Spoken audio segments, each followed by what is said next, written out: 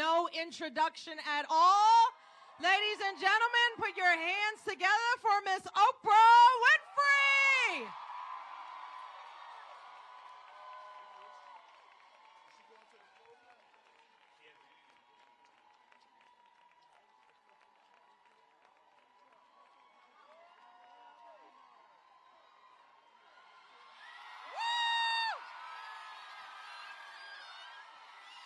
Georgia, Georgia, Georgia. Whoa. Georgia on my mind. Hello. Hello, hello, hello. How wonderful that you're here. You brought your children. How wonderful that you're here. Thank you. Thank you. Thank you. Thank you.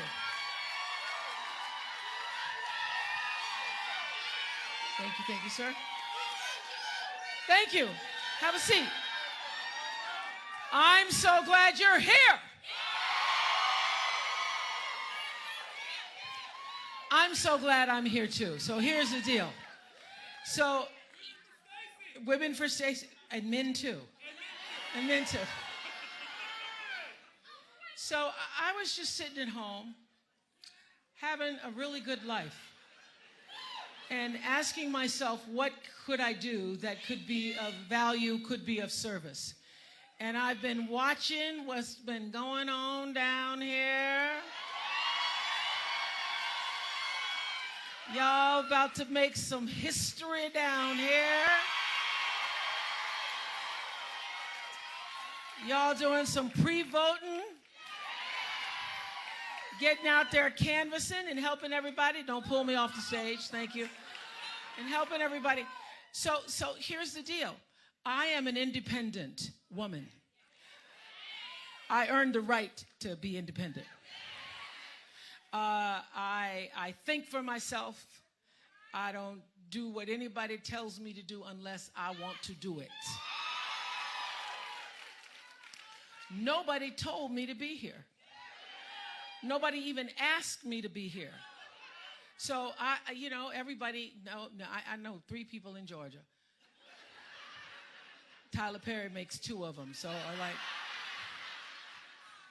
call Tyler. I say, Tyler, you know Stacey Abrams? He goes, yeah, I kind of know her. I go, well, do you know enough to have her phone number? Well, no, I don't have a phone number. Okay, bye.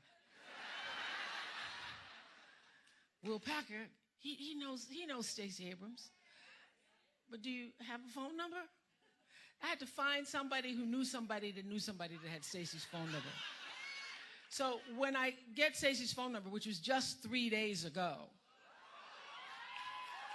3 days ago, I call her up on the cell. I say, hi, Stacey. This is Oprah Winfrey. She said, girl, let me pull over. Which is good. You're supposed to pull over, especially if you think it might be something exciting. So she pulled over, and I told her that I wanted to come here to give my support. Is that okay?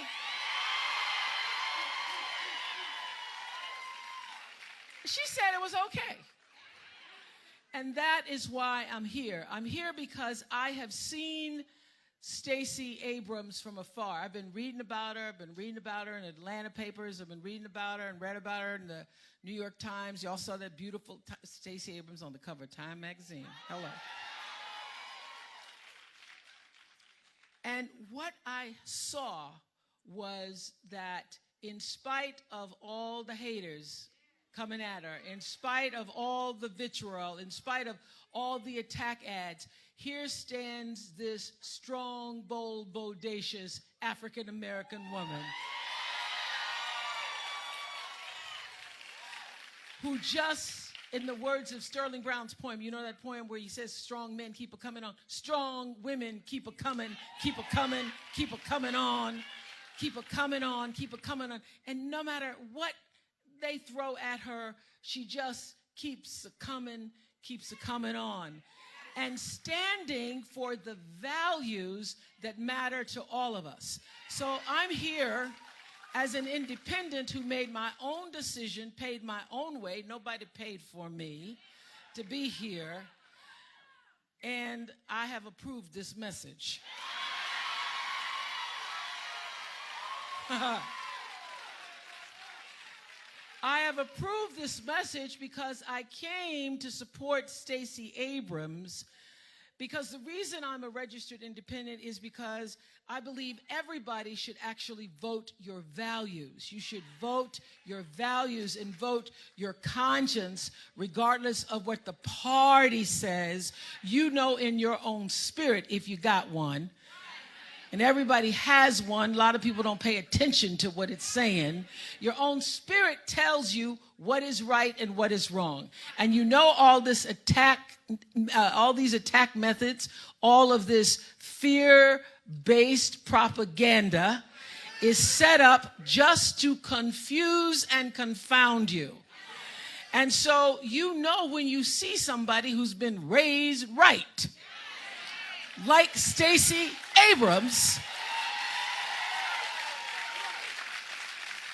who has come to serve the underserved. So I'm here because Stacey Abrams cares about what matters to me and what matters to people in the state of Georgia that care about other people. I'm here because she plans to strengthen environmental protection so that our children can have clean, safe water. I'm here because she plans to create at least 45,000 high-wage jobs in alternative energy. I'm here because she's for keeping families together, and she supports a pathway to citizenship for undocumented human beings. I'm here because she recognizes that Georgia has a problem, and because the people of this state need expanded Medicaid.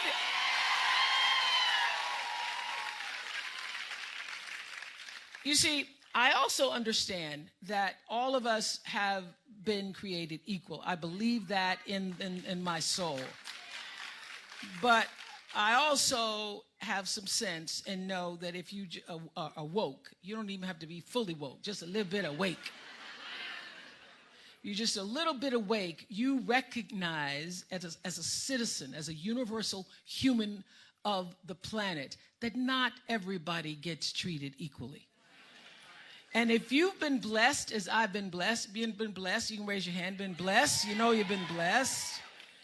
The reality is, part of your responsibility is to look out for others who haven't been as blessed as you. And so, when you see injustices in the world, big and small, we see them every day. A lot of people think there's nothing you can do about injustice. I'm here to tell you that the saying that says, this land was made for you and me, that's not just a saying, that's not just a song, that is the truth. This land was made for you and me.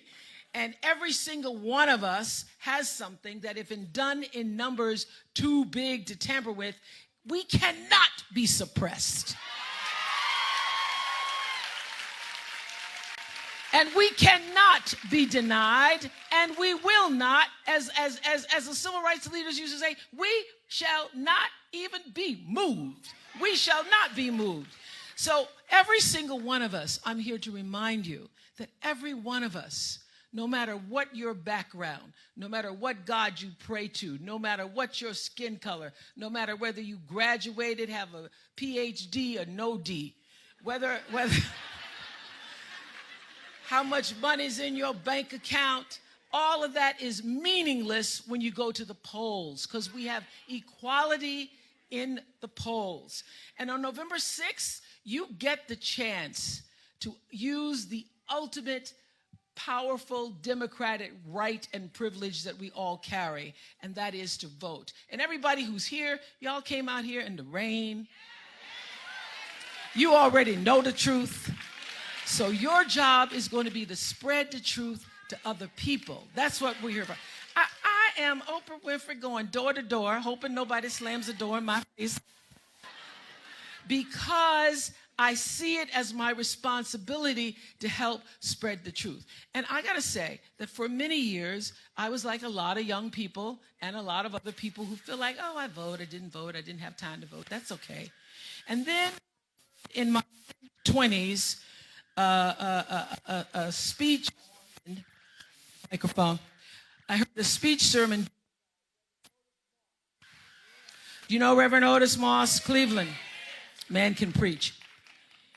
And Reverend Moss was telling the story about his father, who was raised in Troup County, Georgia. I don't even know where that is, but okay, LaGrange. Thank you for knowing where that is. Anyway, his father wanted the right to vote because there was a governor at the time, Eugene Aldridge, I think it was. Talmadge. Thank you so much for the correction. Eugene Talmadge. And according to Reverend Moss, Eugene Talmadge used the N-word like he was talking about ice cream and cake. And his father wanted to have the right to vote Eugene Talmadge out of office at a time when he knew it was dangerous as a black man to even try to vote. So his father gets dressed in his one suit and his best tie to walk to LaGrange to vote. And he gets to the precinct and is told, after walking 6 miles, "You in the wrong place, boy. You've got to go to another town." He goes to that town and they tell him, "You in the wrong place, boy." He then continues walking. By now it's dusk, and he says, to the Rosemont High School. Maybe some of y'all know what that was. It was all-white high school at the time. And he gets there and they say, "Sorry, boy, too late. The polls have closed." So all total, his father walked 18 miles in one day for the chance to vote. So just imagine that for a moment. You get up at the crack of dawn, you put on your best suit because you're going to go vote. You're walking, your feet are tired. You're tired, but you want the chance to vote. And you get there and they tell you no. And you try again. And by the time the day was over, he couldn't vote. And by the time the next election came around, he had passed and could not. So I tell you, after I heard that story in my mid-20s, I have not missed a vote. Because I vote for Otis Moss Sr., a man who I never knew, who didn't get the chance. And I vote for my grandmother, Hattie Mae Lee, who died in 1963 before the Voting Rights Act. I vote for her. I vote for every relative who ever tried, who ever wanted. I vote for every person who ever imagined they could, and every slave who knew they couldn't. When I go and vote at the polls, I vote and stand, as Maya Angelou used to say. I come as one, but I stand as 10,000 for those 10,000 who didn't have the chance. And I have to say this to you, black people with ancestors who never had the chance. When you sit at home and your friends sit at home and you don't get up and go vote, you disrespect your elders, you disregard your history, you disgrace their legacy.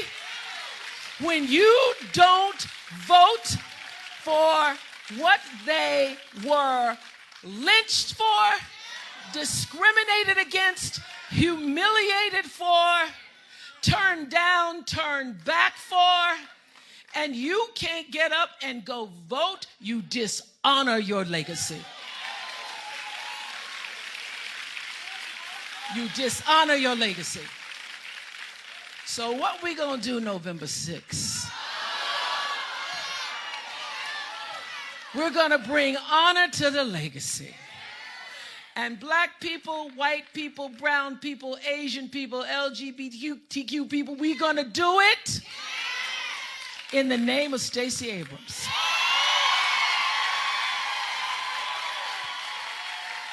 We're going to do it because we're going to make history. And all those ancestors and the women who just got the right. Listen, it has not been 100 years. White women, listen to me. There was a time where you couldn't even own a piece of property without your daddy saying you could. There was a time where we couldn't own ourselves. Our voices meant nothing. And so, united as sister women people, we can make changes. We know, we have discernment. We know this crazy talk in the world is just that. And we know that we have an antidote to the crazy. Oh, yeah. We got an antidote called Stacey Abrams.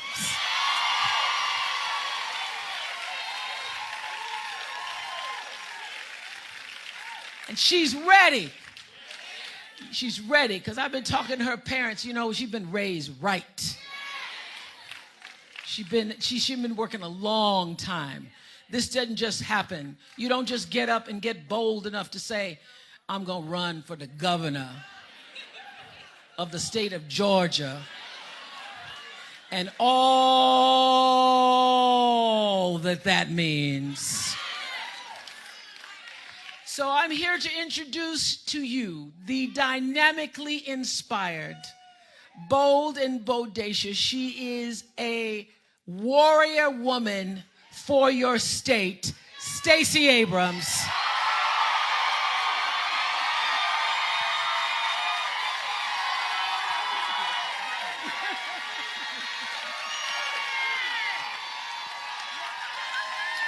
Stacey Abrams. Yes. Oh my goodness. So we had lunch at this wonderful little farm-to-table place, and I had the great pleasure of sitting with Stacey's parents. I wish I had still had the Oprah show. I would just do an hour on the Oprah show. Stacey's parents, please stand. Let the audience.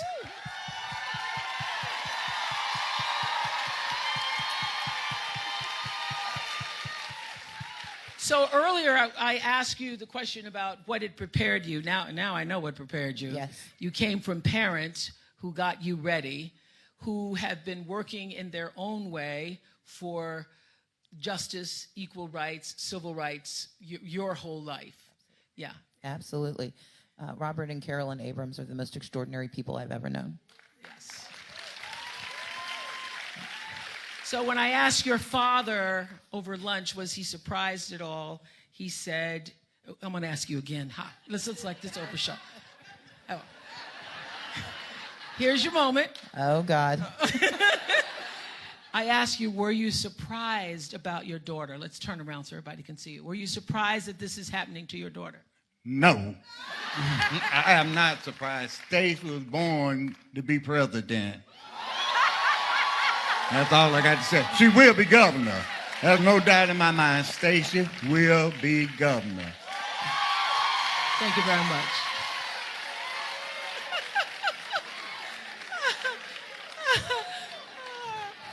I said, let's get her governor before we move on to president. Thank you. Let's do that first. So I think that the reason I got off my couch and came down here is because I could feel something happening, that I sense that you were built for such a time as this. So do you feel that too? When I go outside and knock on doors, when we travel to Troup County, to Henry County, down to Colquitt and over to Dade County, this is our moment. We know that I was speaking at churches, and because of my parents, there's a scripture that comes to mind. It's Micah 3. And it's the story of Israel when its leaders suddenly start forgetting who they're supposed to be leading. And it's the story of a powerful nation that falls into the grip of people who as the scripture says, who love evil and hate good. And what it tells us is that the people have the responsibility for turning things right side up. And I think about how my parents raised us to volunteer. I used to, be really frustrated because I would miss the Super Friends on Saturdays because my mom and dad would take us out to volunteer, and we're like, we're poor too. And my mom would say, no matter how little we have, there is someone with less. Your job is to serve that person. My father's, thank you. My dad's more succinct way of putting it was having nothing is not an excuse for doing nothing. But what they did was lead us by example. They raised us to see a problem and solve it. They raised us to see poverty and be offended by it. But they also raised us. My mom would take us in to vote with her. She would pick us up after school, and it would be like make way for ducklings because there's 6 of us. And we'd be like trailing out of the voting booth. But my parents wanted us to see them vote because they knew that the power that they could put forward as civic leaders doing good work was insufficient unless you had good leaders on the government side that would make it not necessary for them to do what they did. And that's why this moment is so important. Yes. Why do you think, though, that so many people have not understood this, not just this midterm, but all midterms to be significant? We were discussing this earlier, that I think a lot of people are confused about what the federal government does and what their actual state representatives, what the governors do. Yes. So we spend billions of dollars explaining the federal government. We know who the president is because we spend billions of dollars learning about the presidency. We know what Congress is supposed to do because Schoolhouse Rock taught us so. Yeah, I mean, and if we're lucky, we have extraordinary exemplars like Congressman John Lewis, Congressman Hank Johnson. But we're rarely told what a governor does.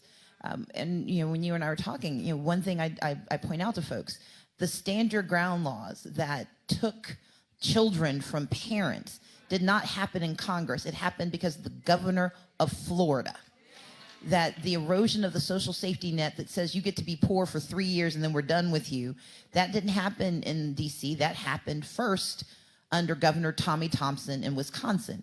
And mass incarceration was not created by the 1994 crime law. It was started under Ronald Reagan as the governor of California.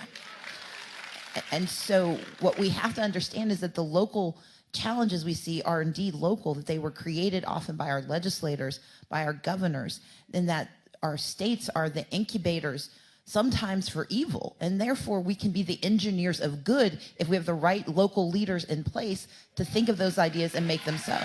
So the question is, can you, as governor, continue to be an engineer of good in the face of such divisiveness, in the face of such anger, such...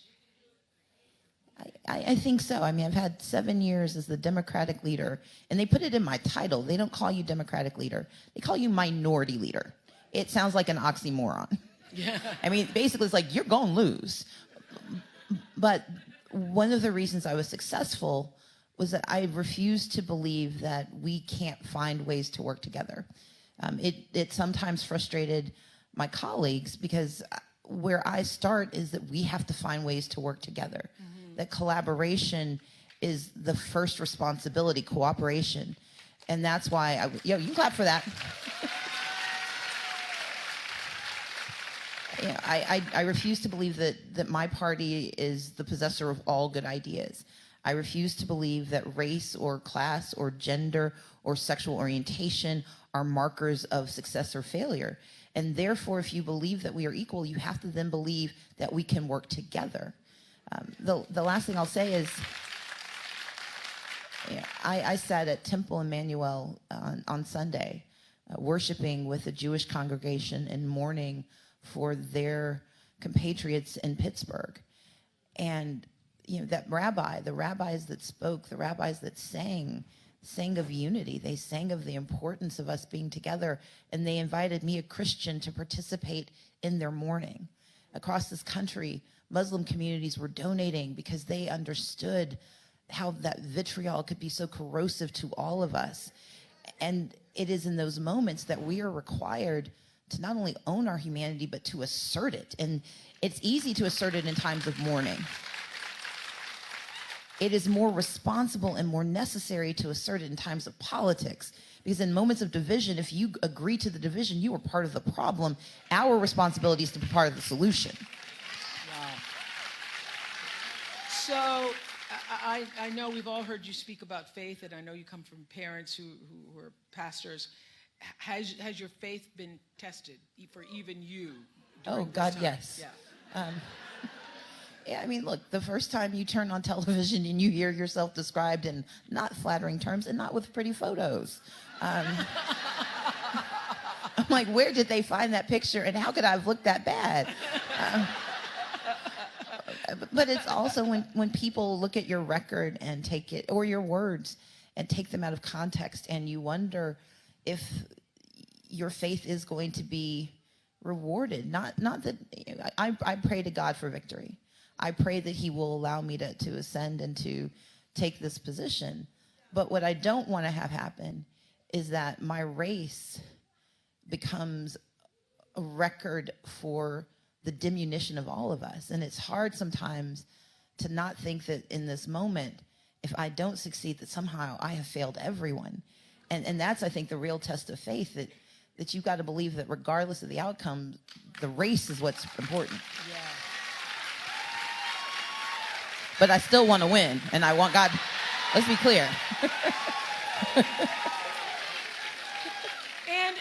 And you also, in the operation and leadership of running this race, have made decisions about a certain way you're going to operate. Yes. I mean, that's what I noticed from afar. Thank you. Yes. And we started this campaign in June of 2017, and we took a lot of heat from political pundits, from colleagues who said that we were doing it the wrong way. We were spending a lot of money on infrastructure. We were hiring people to go to communities that didn't typically vote in primaries. My campaign manager, a brilliant woman named Lauren Grow-Wargo, she and I, yes. Lauren and I have been working together since 2012, and we both believe fundamentally that the change that we need has to come from valuing and respecting every voter. And therefore, we began our campaign. Number one, we said we were going to talk about the same issues from beginning to end. I haven't had to convert, pivot, adjust. I've talked about education, jobs, and healthcare. But more than that, we have resisted the opportunities to be mean and ugly. That sometimes it's hard, and that's the time when prayer is so necessary. But you know, there are these moments where you can do something that might catapult you, but it also lessens you. Yes. And what we've tried to be is the campaign that we could respect at the end of the day. If someone who looked at that campaign, they would not question our values. They would not question whether my parents raised me right. Yes. They would know that we ran the most honorable race that you can imagine for the people of Georgia. Yes. And in the end, I'm here because I believe and want you to win, but in the end, what really matters is that you were not willing to lose your soul. Exactly. We're not willing to lose your soul. It. We're not willing to lose your soul. So the election's going to be close. What's it going to take to win it? I need more people than he does. but here, thank you. But here's the thing: those who are here today, those who were in Cobb County earlier today, you guys are the true believers. What we need are the ones who don't know that there's even a story to be believed. We need the ones who don't understand that it's your state representative that decides whether or not a city can be created out of whole cloth. It's your state representative and your governor who decides whether monies go into your school for wraparound services. They need you all to tell them. What is so important about this moment, and what is so deeply meaningful to me in having you here, is that we've got this audience of people who can go out and be ambassadors and acolytes, and you're really good at this. Thank you. At getting people to understand their role in speaking truth. Because it's not the people who already know what to do, it's the people who don't know that they should know what to do. And that's what this job takes. It takes everyone in this room talking to people that they don't normally talk to, or folks that they don't talk politics with. Because politics we're all political, whether we know it or not. The famous saying, you're either at the table or you are on the menu. And for a lot of our communities, they've been on the menu for a while. It's just bones now. But yeah, the thing, though, that, I literally was sitting at home thinking, what can I do? I think that's a really important question for everybody here that you can help answer. What can I do? So for me, it was like, let me find Stacey Abrams' phone number. Let me call Stacey Abrams. Let me see what I could do. Let's see if I can go down and do something, So canvassing was one of the things I could do. Coming down, talking to you all was one of the things I could do. But to actually ask that question, because, everybody's on Twitter giving their hashtag for blah, blah, blah, blah, blah, blah. And my thing is, don't speak unless you can actually be heard. Use your voice when it's actually going to matter. So how do the people in this room answer that question of what can I do? Because how many, you've already voted, pre-voted? Okay, so a lot of pre-voted. Everybody here is going to vote. What else can we do? So if you have a cell phone, I can see a lot of them taking pictures. If you text Blue GA to 97779, good job. That will tell you how we need you to volunteer. In the next 5 days, we need to reach every single possible supporter. That means we're going to need people knocking on doors. We're going to need people making phone calls, and we're going to need people sending text messages. Those are the 3 ways we turn out voters. And let me tell you just how extraordinary Oprah Winfrey is in case you have missed humanity in life. So when she called, and I didn't have the car crash, but I did have a small stroke. She asked me what she could do to help, and I dreamed so small. I was like, well, you send out a tweet. Like that was, like, dude, I wasn't even asking for Facebook. I just wanted to tweet. And her response was, no, I want to knock doors. And I'm like, of people? And then she said, and I want to do a town hall. And I'm like, but you're Oprah.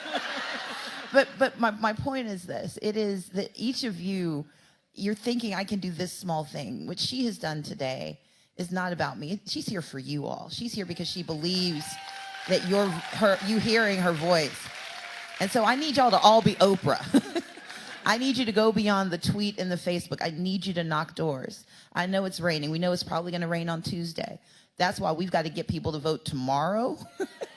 But we also need people to know that if they vote on Tuesday, we will pick them up in our cars and get them to the polls. I need you to make phone calls because not everybody lives in Atlanta. I know it feels like it at 5 p.m. on 285, but no. And so we need folks calling into those communities that are often left out of our politics. That's why our campaign has been to 159 counties. But we need calls in all those communities. And then I need y'all to talk to people you don't like. I need you to talk to people you're mad at, even if you don't remember why. I need you to call people you broke up with. People you want to go out with. This is a great dating opportunity. Great dating opportunity. May I say, let's just hit that note one more time. Great dating opportunity. Yes. How would you propose if you were somebody you're interested in? What I would say, as a writer of romance novels. Yes, as a writer of romance novels. I would begin by setting a conflict. I've heard tell that you don't actually believe in democracy. Is that true? And when that person responds and says, that's not true, well, I need you to prove it to me. I need you to canvass with me. Woo. I need you to knock doors with me. And then I need you to feed me. So. Oh my gosh. Oh my gosh, Stacey.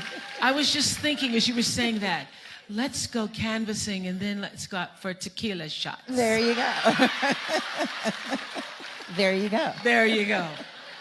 There you go. We're going to open it up to questions. I heard there's some questions in the audience.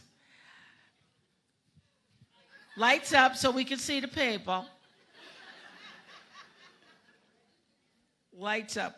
Okay, while you're all getting the lights up for the questions, I wanted to know about that romance novel writing. Is that just that's a pleasure of yours that you... It started out as one.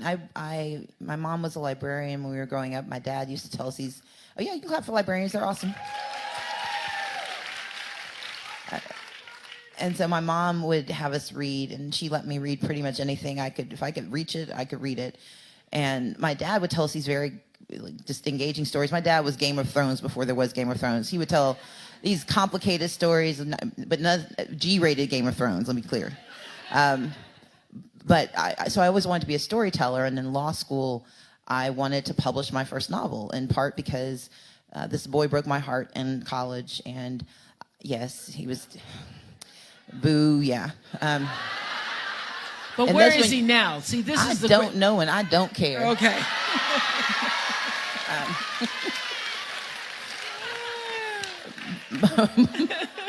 But I was determined that when he saw me again, he would be very regretful of his decision-making. And so the three things I wanted to do, I wanted to be very successful, like this woman I was watching on TV named Oprah. Nice. I wanted to be a best-selling novelist, and I wanted to run for some higher office. At the time, I thought I wanted to be mayor of Atlanta. And so writing the novel seemed the most accessible and easiest thing to do first. So in law school, I wrote a book, and they bought it, and then they bought a few more. I will say that after I started writing for profit, it ceased to be as much fun because they either wanted a book or their money back. And usually the money was gone. So, but I do, writing is cathartic to me. It's one of the ways I can sort of, soothe my soul when I'm not watching TV or doing something else. But I love writing. I can't imagine not being a writer. Have you been able to, in the process of the campaign and everything that comes with that, hold on to the center of yourself? Have you been able to do that? I have, and it was in a weird way. So I wrote a book earlier during the primary, actually. Do not try this at home. That was the dumbest thing I've ever done. But I wrote this book during the primary, and it was in the midst of some of the toughest parts of this campaign, because the general election, everybody's on your side because everyone you think is going to be on your side tends to be on your side. In the primary, you're sifting between friends. Yeah. And you're calling people that you have known, that you thought who you thought have loved you for a long time. And over again, I would have these people that I'd known for years tell me that they weren't going to be supporting me. And it would be, well, Stacey, I know you're smart and you're talented, but you're a black woman. Like, I know. But what they were telling me over and over again was that they thought that race and gender would be disqualifiers for me. And these are people I thought would have faith in me. And so It was hard to hold the center, and it was hard to hold myself. But because I was in the process of writing this book, I was able to take that pain and really think about what lessons can I learn from it? What do you actually say on the phone when somebody says, I'm not going to vote for you because, you're a black woman? Do you say, okay? It depends. Or... I mean, look, for some, when it was, this is why I'm not supporting you, and they would actually say, I'm not supporting you. Oh, they would be very clear that so some were more ambiguous about it. They were like, well, let me think about it, which means, no, I'm not going to do it, but I'm not going to tell you. Yeah. But the ones who were clear, I would probe them.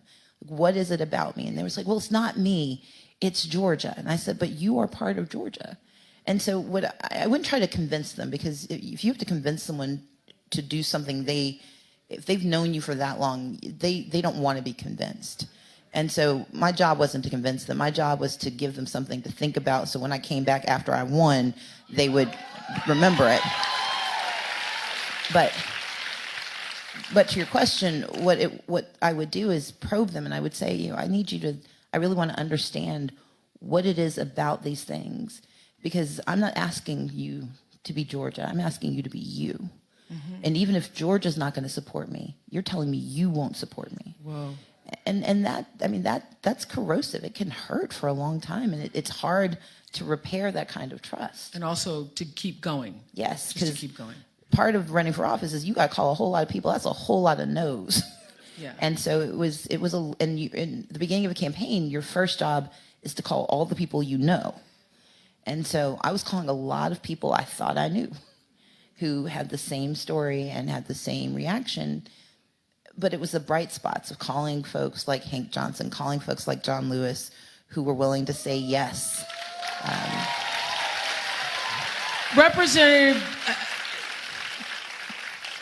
John Lewis is he's just our hero. He's an American hero. He's stand up. So great to see you here today. And so what this must mean to you, being our representative from the state of Georgia, and now seeing Stacey running for governor after all you've seen and known. What would you ever imagine an African-American woman? Oprah? Yes. My dear, this means everything to me. Everything. It makes me cry. Really? To see a talent, charming, smart, young black woman running for governor in the state of Georgia. Georgia. In Georgia.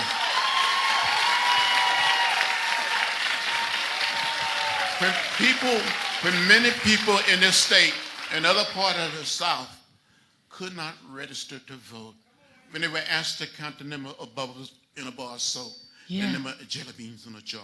And just, Stacey, go for it. Bring it home.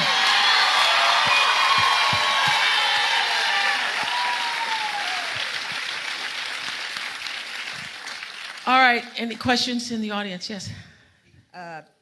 At this moment, Stacey and dear Oprah, I am just overwhelmed. At my age, I'm 83 years old. And we said at one time that we didn't even think about a black man being president. But up came Obama. And now here you come. You gonna make it. Keep it coming on. Keep it coming on. Now, let me ask you my question, and I know this is you. You're gonna take care of this. Stacey. I better. Education. I'm an old retired teacher. Yeah. Stacey, education is the most important issue for me as a teacher. For so many of us, the cost of a college degree, my dear, keeps rising, and it's getting to be it's already out of reach for all of us, for a lot of people, for my grandchildren in my community. Now, what are you going to do to help? Well, y'all might have heard I'm in a little bit of debt myself. Don't worry.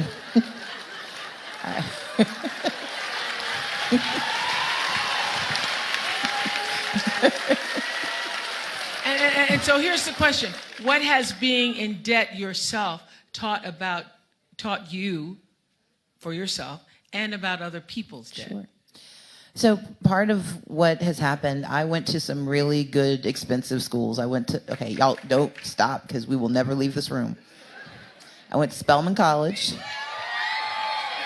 Y'all are hard-headed. I went to Spelman College. I went to the University of Texas at Austin. I went to Yale Law School. I owe all of them money back. But I had an extraordinary education that allowed me to become a tax attorney. It allowed me to leave that job and become a deputy city attorney and take a pay cut. But it also put me in a position when my mother and father faced challenges because of Hurricane Katrina and needed a little bit of extra help. I was able to step in and make sure that they had very good health care and health insurance coverage. Because without that coverage, this is before President Obama and the coverage for pre-existing conditions. My parents, my mother had 6 children. That is a pre-existing condition. My father had fallen off of a scaffolding at his job as a shipyard worker. And so without their health insurance, without me stepping in and paying those premiums, they likely would have been denied access to any coverage they needed in the future. And so part of what I've learned is that debt is a tool. If you're rich, debt is considered a mark of greatness. If you're poor, it's considered a mark of inadequacy. But I refuse to let people tell me that my debt disqualified me from this job. Yeah. You all know there is nobody better at balancing a checkbook than somebody without enough money. Because when you've got to pay Peter and Paul and John and her cousin, you know how to make decisions. You know how to set priorities. And when it comes to education, my mission is to make certain that our young people can graduate from college without being saddled by debt in a way that tells them they can't have ambition. And so I worked hard in 2011 to save the Hope Scholarship, to save the B average when they tried to make it such a high bar. But that wasn't enough. In addition to the existing Hope Scholarship, our next job is to join 48 other states and create need-based aid in the state of Georgia. Because I had good grades, but look, I come from a family that consisted of some strong C's and some D's doing the best they can. And if you're willing to work to go to college, we should be willing to work alongside you. But it's not just four-year college. It's also making certain that technical college is free in Georgia once again. It used to be free, and it should be again. And then third, it's recognizing that not everyone who graduates from our high schools is going to our colleges. And that's why I want us to create 22,000 apprenticeships by 2022 so that we can have folks who are trained for the film industry, for those transportation jobs, for those skilled labor jobs. But the larger learning is that for all of us, we need leaders who've actually experienced the lives we lead. We need people who haven't forgotten what it's like to have to make tough choices. And we want people who don't want you to have to decide between medicine and putting gas in the car, between food on the table and whether you can take a risk. I want any entrepreneur in here to be able to take that risk and start, a small media company that turns into a global dominion. We want folks to have those opportunities, but they can't if they feel so saddled by debt and also so ashamed of that debt that they're afraid to take risks. Debt taught me to take risks. Debt's not fatal. What's fatal is walking away from your responsibilities.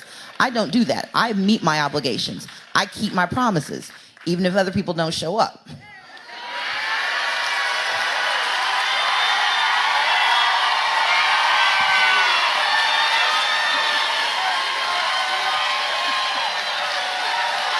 Snap, snap. Snap, snap. We got that. All right. Where's our other question? Who has the microphone? Hello? Hi. Hi. Ooh, that's a lot. Ooh. My name is Nichelle Thomas, and I want to say what an honor it is to be here today. Well, thank you for coming out in the rain. I'm also a Georgia public school educator, but I have a different question today.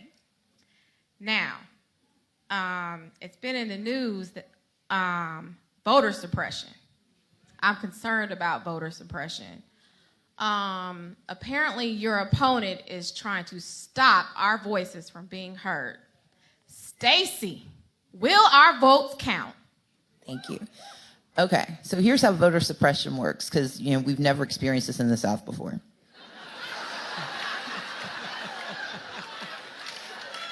So voter suppression has two mechanisms. One is actually stopping you, blocking you from casting a ballot, and that's what my opponent has engaged in for the last 8 years. He's done so by suppressing the vote. He has made certain that people who were legally registered were purged. In 2016, we had to take him to court because he legally canceled 34,000 registrations. A federal judge forced him to restore those registrations and said, don't do it again. So he got the state legislature. Remember, I told you state legislatures matter. A federal judge said, don't do it again, but he got a state legislature and the governor to say he could do it. And that's why the 53,000 are in jeopardy. He hounded people in Quitman County, including a woman who helped her blind father cast a ballot. He put them in jail and had them go through so many trials. Never a single person was actually found guilty. He raided the offices of organizations that tried to register communities of color. And he's also just been bad at his job. He's released all of our information twice. He has been sued by military folks for not letting them cast their ballots because they were overseas. He had to be sued to extend registration deadlines. So that's what he's done. What we have done is register even more people. He tries to take credit. He tries to take credit for the increase in registration. That is despite him, not because of him. But that's where voter suppression works. But where we beat him is on the second part. It's not just how you block someone, it's how you scare people out of even trying. And what our opportunity is to confront voter suppression with voter engagement. So many votes that you cannot doubt the outcome, overwhelming the system. Basically an American Idol approach to voting, okay? So many votes that they cannot tell that anybody tried to do anything different. And so by overwhelming the system, by voting at the highest rates we have ever voted before, by doing so early so we can figure out the kinks in the system, by doing so everywhere so that they can't count on small communities being the ones that they can rig the system. It is about us overwhelming the system with our democracy. Our votes will count if we put enough of them in that they cannot be ignored. That's how we win this election. And I know one of the most, as we were speaking earlier today, and I asked what would be the first thing you do as governor, you were talking about the shameful numbers for the state of Georgia when it comes to healthcare. My first 100 days, our first priority is the expansion of Medicaid in the state of Georgia. Georgia is the #1 state for maternal mortality in the nation. More women die within a year of giving birth than anywhere else in the country. More infants die than almost anywhere else. We're not quite #1, but we're up there. We have 79 counties that do not have an OBGYN. We have 64 counties without a pediatrician. We have 9 counties without a doctor. We have more people who could be served by Medicaid expansion than anywhere else except for 2 states. And it is not because we can't afford it. Georgia can afford Medicaid expansion. Raise your hand if somebody said, give me $1 and I'll give you $9 back. If you take it. If you wouldn't, I want to see you after this. That's what Medicaid expansion is. Medicaid expansion is giving access to health insurance to the poorest Georgians. Because right now, Georgia has the meanest, poorest Medicaid program. Right now in Georgia, you have to be age, blind, disabled, pregnant woman, and only if you qualify. Or if you are you have to be a single parent with 2 kids or 2 parents with a child, and you cannot make more than $7,500 a year. That's what we consider eligible for Medicaid. It is one of the I think only 1 state is meaner than we are. And the reality is Medicaid expansion will mean that if you make more than $7,500 and less than $17,000 if you're a single person, up to about $40,000 if you are a family of 3, that will give you access to health insurance. And why this is so important is that every single one of us pays for every person who shows up at the hospital without insurance. We spend $1.75 billion a year in Georgia on what's called uncompensated care. That means somebody got sick and couldn't afford it. They still get help. And so we either can pay the bill now or we can pay the bill later. And the federal government has said is if we will put in our portion, $1, they will give us $9 back. We will put in basically $250 million. We will draw down $3 billion a year in the state of Georgia. And for those of you who don't think it affects you, raise your hand if you think your premiums are too high. In states that have expanded Medicaid, premiums have gone down by between an average of 7 to 10% for everyone, because when the cost of healthcare goes down, it goes down for all of us. That's why Medicaid expansion matters to every single person. I know. I see your faces. I just heard those stats this morning, and it's like a third world country where women are. Why are women still dying of childbirth in the state of Georgia? Makes no sense. You know, one of my favorite understandings about life is that God can dream a bigger dream for you than you can ever imagine for yourself. I lived through that, and I actually get to live God's dream for me because I surrendered the dream. If you had to surrender the dream you have for Georgia to the higher power that we call God, what is the dream for Georgia that you wish to surrender? I truly believe that I believe poverty is immoral. I think it is economic. It is. It is a squandering of human capital. Some of the brightest, most innovative people I've ever met are people who are just trying to stay alive. They're in our prisons. They are not going to our high schools because they can't afford to get there, because their parents have them out working, because that's the only way they can make a living. I want poverty to be eradicated in Georgia, because if we can solve it in Georgia, we can solve it in America. That is my dream. Okay. So it's November 7th. You've won. Everybody's now calling you. Go on. Governor Abrams.